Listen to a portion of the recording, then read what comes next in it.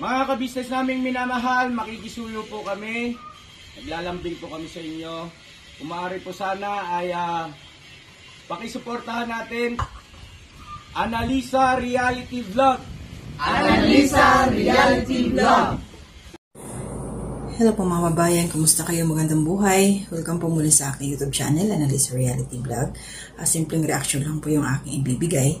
At dito po ito sa channel po ni Papa Dins TV, and please support po natin siya. Kasama po ang Kabisnes Family at si Pinono Kabisnes, ang Kabisnes Official. Nasa baba po ng aking screen ang kanilang mga account para mas madali nyo po mahanap. Hindi ko kayo mahirapan. Isi-search nyo lang po ito sa YouTube channel.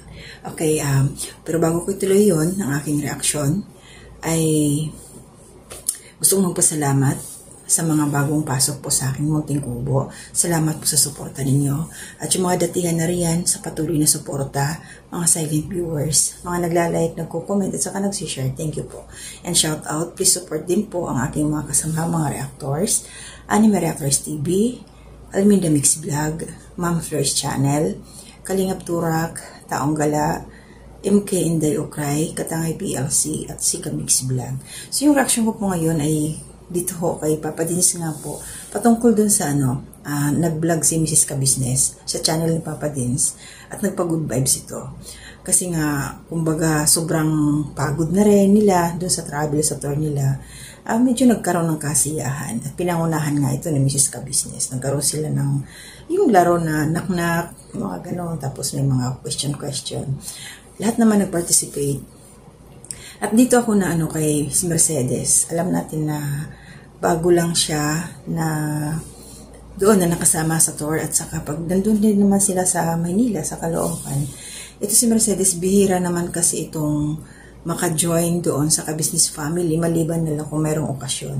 Ang ibig mong sabihin, hindi katulad ng mga sila Nika, si Ate Mingay, sila Junjun, na halos araw-araw yan doon sa Family Kabisnes. So ito si si Mercedes, andun siya sa bahay nila, kasama yung mga anak niya, at kailan nga lang siya napunta doon nandun si Bornok sa hospital.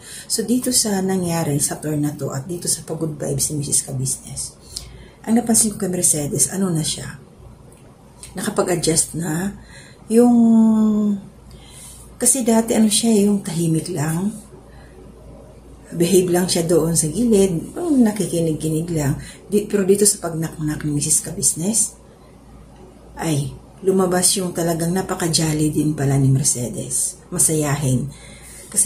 Pero bago yun, dito sa knock-knock, na-observe ko na rin yung habang nagka-travel sila sa sasakyan. Siyempre, kumustahan. Talaga siya, buhay na buhay, alive na alive yung kanyang spirit.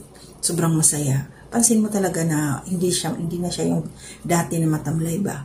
So, yun nga. So, dito sa knock-knock, grabe. Sigawan sila. Kasi nga, kahit ako nagulat. Kasi tahimik nga lang siya eh. Tapos, nung turn na niya, doon na.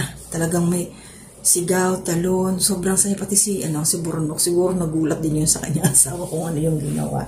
Kaya ayun, masaya lang silang tingnan na dito mo talaga makikita na itong Kabisnes Family, from Mrs. Kabisnes, Pinono Kabisnes, yung mga anak, shoutout kay Papa Dins, Boss Dave, kay Budang, at saka yung mga kagwangs. Para na silang tunay na magkakapamilya talaga. Hindi na ito na yung time. Si Mercedes, hindi na siya nag-aalangan kumilos, magpakita ng talagang kung sino siya, yung pagiging masayahin niya, na ilabas na niya. Kumbaga, meron tayong sinasabi na lumabas ka sa shell mo, yung kamahiyain mo, ilabas mo na yung talagang sino ka. So, doon ko nakita yung kaya tuwang-tuwa ko kay Mercedes. At syempre, yung happiness na yun, yung Mercedes na yun, kasama na yun na andyan na, naging okay na si Bornok, di ba? Kaya, naisip ko, di ba 3Ms? Kasi sa akin yung 3Ms, ibig sabihin yung tatlong misis ng mga kagwang, di ba? Si Junjun, asawa ni Bay. Si Nika, kay Intoy. Si Ate Mingay, kay Kuya Buknoy. Since kagwang naman na si Bornok, dapat may 4Ms na. Dapat hindi na 3 plus 1 na. Sabay ganun eh. Kasi para hindi na siya mag-aalangan. 4 na misis ng kagwang. Nandoon dapat siya. Hindi na 3. Diba? Sana sabay ganun eh. Add na lang +1. Kasi doon na na siya eh. Nai-in na siya sa group. Na na siya, dahil doon sa tour na yun, mas na-develop yung closeness nga nilang lahat. At asigurado ako na mas nagkakilala sila, kanilang mga ugali, bawat isa, doon sa, na yan, pag-travel nila. At yun, 4 pa lang na M's kasi wala pa namang asawa si Pogi, wala pa namang asawa si Bong, kaya 4 pa lang sila. Sino pa ba yung mga kagwangs? Parang yun lang naman sila, 4, 5, 6. Ayun. So, natuwa lang ako dito kay Mercedes. At salamat sa Family Ka Business dahil yung ni Mercedes, yung limitasyon ng kanyang sarili na pagkamahiyain na ilabas niya. Ang galing ni Mrs. Ka Business na para matwist niya, maging masaya naman sila sa kabila ng sabang hectic yung kanilang schedule, puro travel.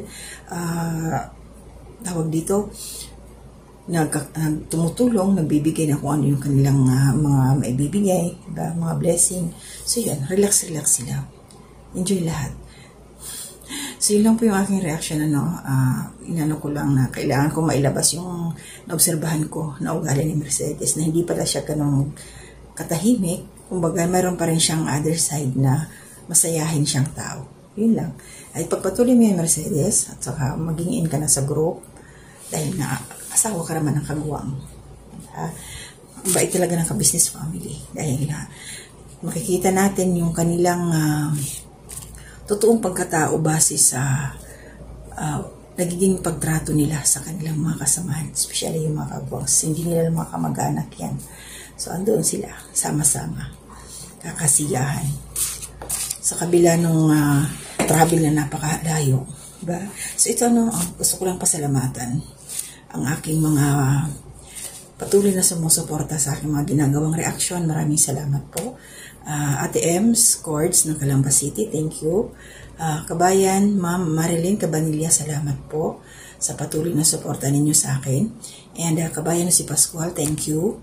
Lagi kayo Marian. And of course, Ate Marilyn, good morning. Salamat po. Lagi din kayo makasuporta sa mga ginagawa kong reaksyon.